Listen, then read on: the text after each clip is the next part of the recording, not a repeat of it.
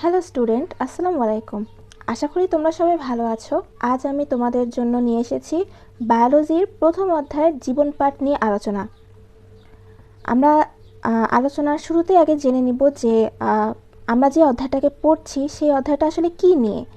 এই অধ্যায়টার নাম যেহেতু জীবন পাঠ, তাহলে জীব নিয়ে এই অধ্যায়টিকে গড়ে তোলা হয়েছে।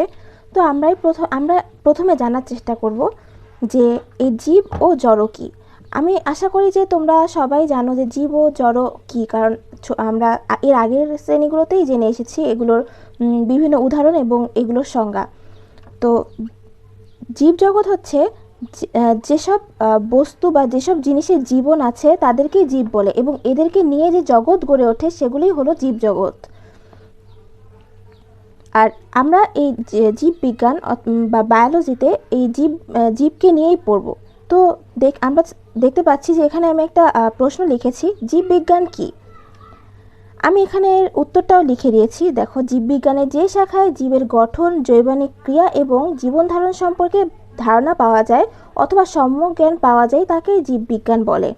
অর্থাৎ এই জীববিজ্ঞানের যে শাখায় আমরা জীবের গঠন, বিভিন্ন জীবের গাঠনিক শারীরিক গঠন, বিভিন্ন গঠন সম্পর্কে, এদের জৈবনিক ক্রিয়া অর্থাৎ এদের শারীরবৃত্তীয় যেসব ক্রিয়া বিক্রিয়া, রাসায়নিক ক্রিয়া বিক্রিয়া ঘটে সেগুলো, এবং এরা কিভাবে জীবন ধারণ করে, প্রকৃতিতে তারা কিভাবে খাপ খাইয়ে বেঁচে থাকে, সেগুলো সম্পর্কেই ধারণা পাওয়া যায় এই জীববিজ্ঞানে।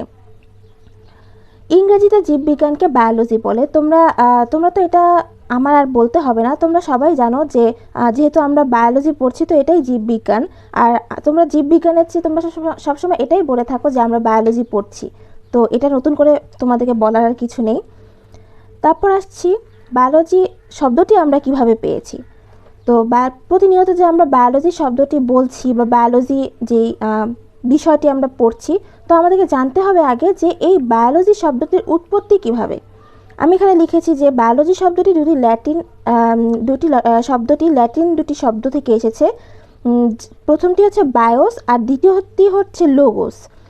তো বায়োস অর্থ হচ্ছে জীবন আর লোগোস অর্থ হলো জ্ঞান। এই দুটো শব্দের সমন্বয়ে কিন্তু বায়োলজি শব্দটি গঠিত।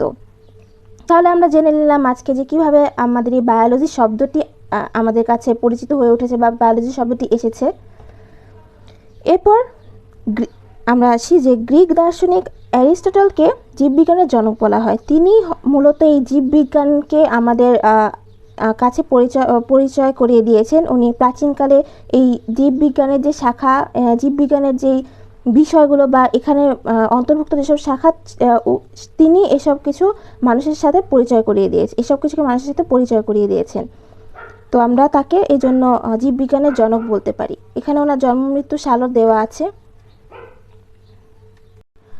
এরপরে আমরা আসি যে আমাদের জীববিজ্ঞানকে দুটি শাখায় বিভক্ত করা হয়েছে।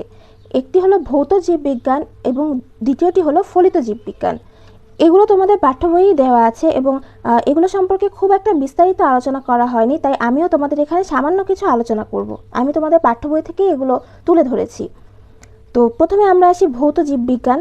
এই ভৌত জীববিজ্ঞান আসলে জিনিসটা কি? ভৌত জীববিজ্ঞান হচ্ছে এই বিষয়ে জীববিজ্ঞানের সমস্ত তত্ত্বীয় বিষয় নিয়ে আলোচনা করা হয়, যেমন অঙ্গসংস্থান মরফোলজি, শ্রেণীবিন্যাস বিদ্যা ট্যাক্সোনমি, শারীরবিদ্যা ফিজিওলজি, হিস্টোলজি, এগুলো সবই ভৌত জীববিজ্ঞানের অন্তর্ভুক্ত।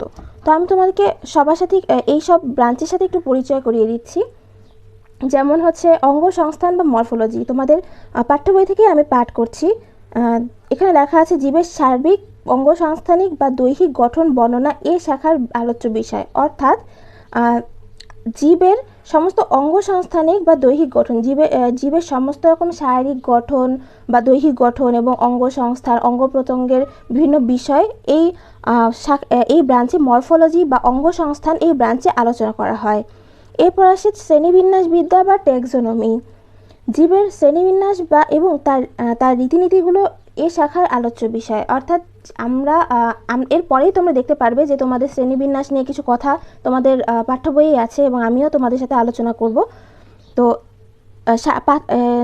বিজ্ঞানীরা যে এই শ্রেণীবিন্যাসবিদ্যা বা শ্রেণীবিন্যাস সে বিভক্ত করেছেন সমস্ত জীবদেরকে, সেই তার জন্য কিন্তু কিছু নিয়ম বা রুলস রয়েছে, রুলস রেগুলেশন রয়েছে। নিয়ম ছাড়া কিন্তু কখনোই কোনো জীবকে কোনো শ্রেণীতে অন্তর্ভুক্ত করা যায় না।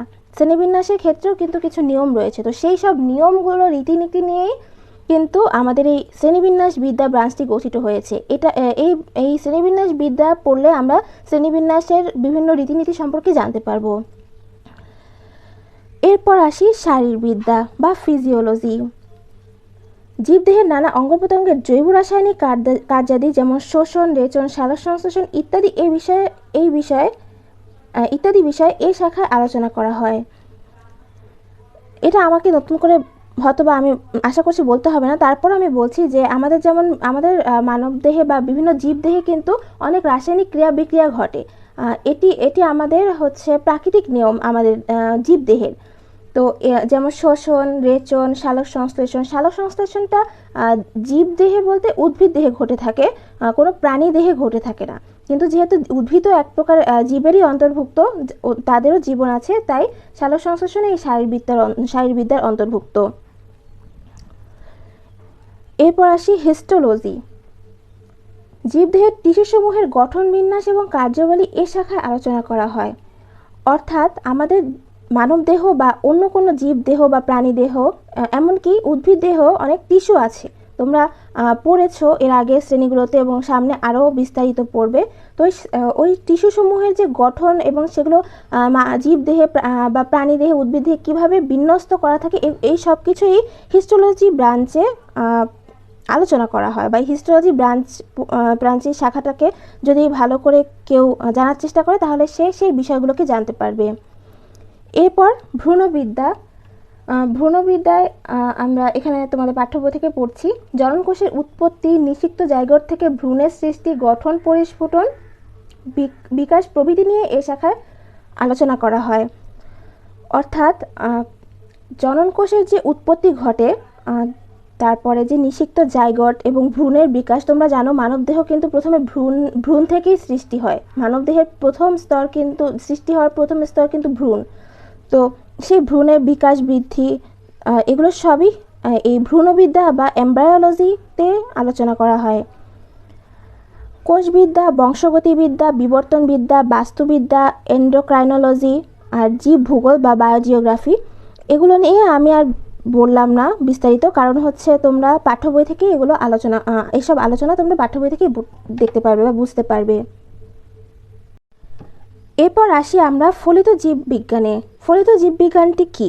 ফলিত জীববিজ্ঞান হচ্ছে যে জীববিজ্ঞান শাখায় জীববিজ্ঞানের প্রায়োগিক বিষয়গুলোকে নিয়ে আলোচনা করা হয়। আমরা এর আগে ভৌত জীববিজ্ঞানে দেখেছি তত্ত্বীয় বিষয় বা থিওরিটিক্যাল বিষয়গুলো নিয়ে আলোচনা করা হয়, আর ফলিত জীববিজ্ঞানে প্র্যাকটিক্যালি জিনিসপত্রগুলোকে নিয়ে, মানে প্রায়োগিক যেই বিদ্যাগুলোকে বা যেই জ্ঞানগুলোকে আমরা প্রয়োগ করতে পারি যেসব শাখায়, সেই শাখাগুলিকে নিয়ে এই ফলিত জীববিজ্ঞানে আলোচনা করা হয়। আমি এখানে তোমাদের পাঠ্য বইয়ের মতো কিছু যে শাখা বা ব্রাঞ্চগুলো লিখেছি, বাকি আমি কিছু লিখিনি, সেগুলো তোমরা পাঠ্য বইয়ে পাবে, এজন্য আমি আর এখান থেকে নতুন করে লিখলাম না। তো দেখো আমি কিছু লিখেছি যে জীবাশ্ম বিজ্ঞান, জীব পরিসংখ্যান বিদ্যা, পরজীবী বিদ্যা, এগুলো সব ইংলিশ টার্মগুলো কিন্তু আমি লিখে রেখেছি, যেমন মৎস্যবিজ্ঞান, ফিশারিজ, কীটতত্ত্ব, এন্টোমোলজি, অণুজীব বিজ্ঞান, microbiology, agriculture, medical science, genetic engineering and biochemistry বা প্রাণ রসায়ন। এগুলো সম্পর্কে তোমরা উপরের শ্রেণীগুলোতে আরও বিস্তারিত জানবে। এরপর আমরা আসব জীবের শ্রেণীবিন্যাসে। তোমরা দেখতে পেয়েছো যে আমি আগেই বলেছি যে টেক্সোনমি নামে একটা ব্রাঞ্চ আছে আমাদের ভৌত জীববিজ্ঞান শাখায়। তো সেই শাখায় এই জীবের শ্রেণীবিন্যাস সম্পর্কে কিন্তু আলোচনা করা হয়। তো এই শ্রেণীবিন্যাস সম্পর্কে আমরা কিছু আলোচনা করি। প্রথমে আমরা জানি যে পৃথিবীতে উদ্ভিদ আছে প্রায় 4 লক্ষ আর প্রাণী আছে প্রায় 13 লক্ষ। কিন্তু এটা একদম অ্যাকুরেট না, কারণ আমাদের পৃথিবীতে প্রতিনিয়ত নতুন নতুন উদ্ভিদ ও প্রাণীর সন্ধান পাওয়া যাচ্ছে। সো এটা কিন্তু বাড়ছে এবং প্রতিনিয়তই বাড়ছে।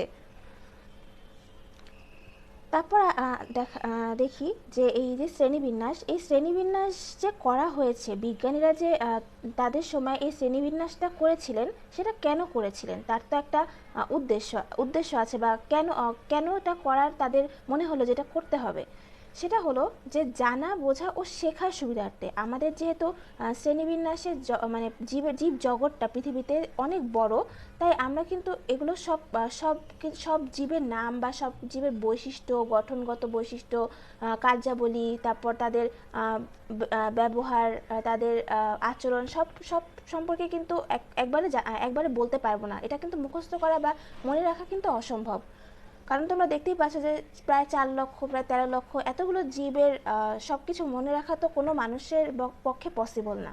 সো সেই সুবিধার্থে তারা একটা শ্রেণীবিন্যাস করলেন, যে ধরো কিছু ক্যাটাগরিতে ভাগ করলেন, যে ভাগের মধ্যে যেমন ধরো A category, B category, C category. তো এই আমি এখানে লিখে দেখাচ্ছি।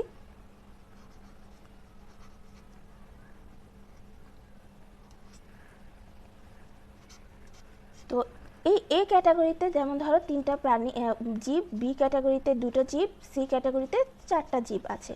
তো আমরা যদি এ ক্যাটাগরির সব বৈশিষ্ট্যগুলো জেনে রাখি, তাহলে এই 3টা জীবের আলাদা করে বৈশিষ্ট্য বা আচরণ বা অভিযোজন ক্ষমতা, গঠনগত কার্যাবলী আর মুখস্থ করতে হবে না। আমরা এ ক্যাটাগরিটা মনে রাখলে আমরা এই প্রাণীগুলোটা জেনে যেতে পারি। আবার বি ক্যাটাগরির ক্ষেত্রেও কিন্তু সেম, বি ক্যাটাগরির বৈশিষ্ট্য বা বি ক্যাটাগরির শ্রেণীবিন্যাসের যে ক্রাইটেরিয়াগুলো, মানে এই বি শ্রেণীতে একটা জীবকে বা কিছু জীবকে থাকতে হলে যেসব বৈশিষ্ট্যের অধিকারী হতে হয়, সেটা জানলেই কিন্তু আমরা বুঝতে পারি যে আচ্ছা ঠিক আছে, এই দুটো জীব এই শ্রেণীতে আছে, তার মানে তাদের বৈশিষ্ট্য, তাদের গঠনগত বৈশিষ্ট্য, কার্যাবলী সব একই রকমই হবে। সি এর ক্ষেত্রেও কিন্তু সেম। তাই তারা মানে বিজ্ঞানীরা জানা, বোঝা ও শেখার সুবিধার্থে এই শ্রেণীবিন্যাসের উৎপত্তি বা উৎপন্ন করেন, যাতে আমরা মানে আমাদের জন্যই করেন, যে জানি আমরা মানে অত কষ্ট করে প্রতিটা জীবের বৈশিষ্ট্য মনে রাখতে না হয় বা মুখস্থ করতে না হয়, আমরা জানি সহজেই এইসব জীবের সম্পর্কে জানতে পারি। আচ্ছা, ট্যাক্সোনমি সম্পর্কে তো আমি প্রথমেই বলে দিলাম যে শ্রেণীবিন্যাস বিদ্যা সম্পর্কে যেই ব্রাঞ্চে বা যেই শাখায় আলোচনা করা হয় সেটাই হচ্ছে ট্যাক্সোনমি। আর ট্যাক্সোনমি তো ভৌত জীববিজ্ঞান শাখার অন্তর্ভুক্ত। তোমরা হচ্ছে তোমাদের পাঠ্য বইয়ে প্রথম দিকে পড়লেই তোমরা ট্যাক্সোনমি সম্পর্কে জানতে পারবে। ওখানে বিস্তারিত না লেখা থাকলেও কিছু লেখা আছে, কিছু বলা আছে। তারপর এই শ্রেণীবিন্যাস যে আবিষ্কার হলো, শ্রেণীবিন্যাসের যে মানে ধারণাটা আসলো পৃথিবীতে, সেটা তো একজন এনেছেন। তো সেটা এনেছিলেন সুইডিশ প্রকৃতিবিদ ক্যারোলাস লিনিয়াস। তিনি শ্রেণীবিন্যাস ও নামকরণের ভিত্তি প্রবর্তন করেন। শ্রেণীবিন্যাস সম্পর্কে তো আমি তোমাদেরকে বললামই, আর নামকরণ হচ্ছে আমি এর পরে মানে এই চ্যাপ্টারেরই এই চ্যাপ্টারেরই পরের অংশে আমি সেটা তোমাদের সাথে আলোচনা করব। সো এই ক্যারোলাস লিনিয়াসই হচ্ছেন শ্রেণীবিন্যাসের জনক, মানে তিনিই হচ্ছে এই শ্রেণীবিন্যাসের যে ধারণা সেটিকে সবার সামনে তুলে ধরেন। আর উদ্দেশ্য তো আমি তোমাদেরকে বললামই, এখানে আমি ব্যাখ্যা করলাম যে জীবের শ্রেণীবিন্যাসের উদ্দেশ্য। তারপর তোমাদের বইয়ের ভাষায় যে উদ্দেশ্য হলো জীবের দল ও উপদল সম্বন্ধে জ্ঞান আরোহণ করা। ওই যে আমি বললাম যে এই দলের জীব, তার মানে আমি এখানে আরো ভালোভাবে তোমরা বুঝতে পারবে যে দল, তার মানে এটা একটা দল, এই দলের সবার বৈশিষ্ট্য একই। আবার এটা একটা দল, এই দলের সবার বৈশিষ্ট্য একই। এই জন্যই মূলত মানে সহজে জানা এবং সহজে বুঝে মনে রাখার জন্যই কিন্তু মূলত শ্রেণীবিন্যাসটি করা হয়েছে। তো স্টুডেন্ট, আজ এই পর্যন্তই ছিল। আমি আগামী যে লেকচার বা আগামী যে ভিডিওটা আপলোড করব, সেখানে তোমরা পরের অংশটি পেয়ে যাবে। আশা করি তোমরা আমার কথা বুঝতে পেরেছো এবং আমার আলোচনার বিষয়বস্তু তোমাদের সহজ মনে হয়েছে। তো সবাই ভালো থাকবে। আসসালামু আলাইকুম।